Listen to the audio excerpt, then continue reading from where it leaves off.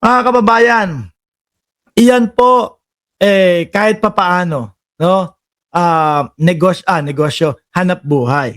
Alam nating importante, pero kapag kapubuhay na mga boss chief amo sir, ang naging bunga, iba na po iyon. Ito po nakita ko lang po mga kababayan doon sa ayan, Facebook page na ang nag-post ay Papa Beans. Ano po, nakita ko lang po mga kababayan. Ngayon, sabi ko, tingnan natin. Check natin. Ngayon, kung ito man ay totoo, yan, yung mga posibleng dulot. Although, alam naman po natin, siyempre, yung mga iglesia ni Cristo, hindi naman nila alam, hindi naman nila iniisip, no? Na may posibleng mga ganyang nangyari doon sa mga rally. Kaso po, kapag kabuhay na po, ang nawala, kung totoo man ito, mga kababayan, grabe. Nakakaano na to. Ano tawag ho doon? Nakakakonsensya na ng sobra ho ito. Biruin mo ang sabi dito nung nag-post na si Papa Beans, an innocent baby, no? Nasawi dahil doon sa illegal na rally ng INC. Kung bakit niya po nasabi yan na illegal na rally, siguro dahil nung umpisa wala po silang permiso o permit para po mag-rally. Nung kalauna na lang po nagkaroon at hanggang ngayon po yung rally nila o yung permit nila ay hanggang alas 8 ng gabi, mga bossing, hanggang alas 8 ng gabi. Ano po, tapos na. Sandali, mangungulit ba yung iba? Sabi ni Connie, Little, breaking news, natanggap nyo rin ba yung binalita ni Pebbles na ipinakita ni Crisulo tungkol sa magaganap na lusubin ang Malacanang ngayong araw na plano ni Amy, Sara at... Sandali! 3,000 to. Yung mga nandoon.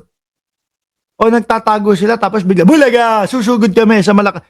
Malabo naman ho. Hindi naman ho yan kakayanin. Di po ba? 8 p.m. daw. Pero pwede mag-extend daw. Sabi ni Sir Ping Laksamana. Ituloy natin ito. An innocent baby nasawi dahil sa INC illegal na rally. Ayan. Dinoble lang daw po. Nako, ayan. Yung mga komento ho. Di ba? Sana. Uulitin po namin. No? Kami po ay humirespeto diyan sa pagsuporta ninyo kay Rodante Marcoleta. Pero, ang tingin ko naman po, maaari at pwede naman po na, kumbaga, bigayan. Maibigay yung pwesto o yung lugar na ginugusto nyong pagtirikan ng kandila para kay Rodante Marcoleta. Hindi. Kandila po yun. Para, syempre, magdarasal po, mga kababayan. Kaya kailangan ng kandila. Di ba? Pagtirikan ng kandila, lagyan na ng tarpaulin, black and gray yung kulay, black and white yung kulay, syempre, makukulong si Marcoleta kapag hindi natuloy. Di ba? Para doon ititirik yung kandila. Alangan matirik lang yung kandila. Tatanungin ni para saan ba yan? At least kapag ka nakita, may black and white na tarpaulin, tapos may mga dalawang kandila doon, alam na ni God. No? Yung paralin nila doon. Para kay Rodante Marcoleta. Okay, sige. No? Maiisip, tutulungan ko ba o hindi? Di ba mga kababayan, magbigayan. Hindi yung sasakupin mo, haharangan mo ng bus. Makasarili pong yun. Para ho sa akin. No? Makasarili pong yun. Ang hakbang. Mga boss chief amo sir. At ang lagi nga po nilang sinasabi mga kababayan, hindi naman daw po kulay DDS ito. Wala naman daw pong kulay DDS dito, mga boss chief amo sir. Pero sino po yung mga nandoon, mga umattend, mga boss chief amo sir? Isa-isahin po natin, mga kababayan, yung mga umattend doon sa rally para po kay Rodante Marcoleta. Una na po, dapat utik na yan. Sino ito? Ito yung nagbablog din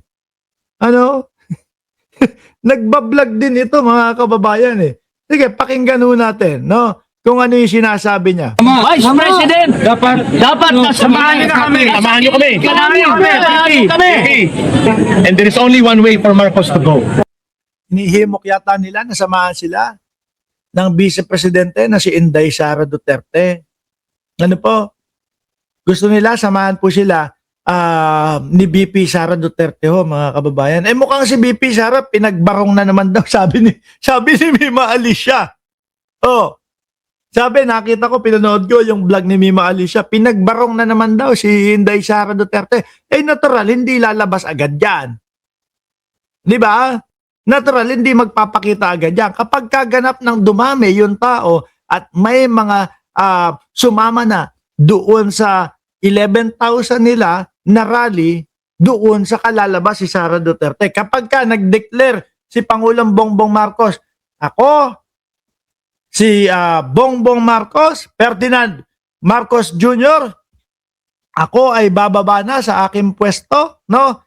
Dahil sa tawag ng mamamayang Pilipino. Pagka ganun, saka lalabas si Sara Duterte at nakabarong na yan. Di ba? O, ganun din yung ganun din yung ginawa ko nung unang rally ng Iglesia ni Cristo, mga boss chief Amoser, na unang narinig natin kay Amy Marcos na ang kapatid niya daw po ay bangag.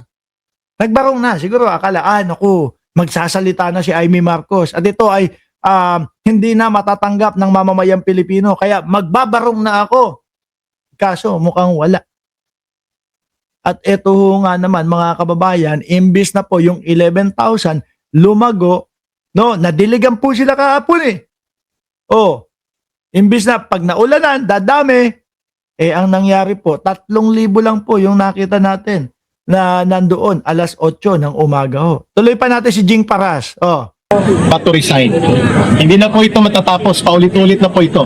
Hindi titigil ang taong bayan na sisingilin si Marcos at ang only way for him para mapakalma ang kalagayan. Sandali, naniningil kayo. Ano ba utang ng tao? At saka dinamay nyo na naman kaming taong bayan dito. Ang hilig nyong gamitin, yung taong bayan. Kami nandito, nananahimik kami sa bahay, dadamay nyo kami. Sabi nung si Jenny Ramos, late comers na naman ako, lamig na lamig ka. Siya, oo, nilalamig ako, kailangan ko ng yakap. No? Sa Pilipinas is for him to step down. And resignation is a constitutional option. Putangina, kung kailan kayo nag-conte, saka kayo nanawag. Kung kailan nung naging conte, kung kailan nung nauubos yung kanilang mga supporter, saka nananawagan na mag-resign si Pangulong Bongbong Marcos. Ano to, Hilo? Si Celis pala ito. Yung dating taga-bundok ho, mga kababayan. Na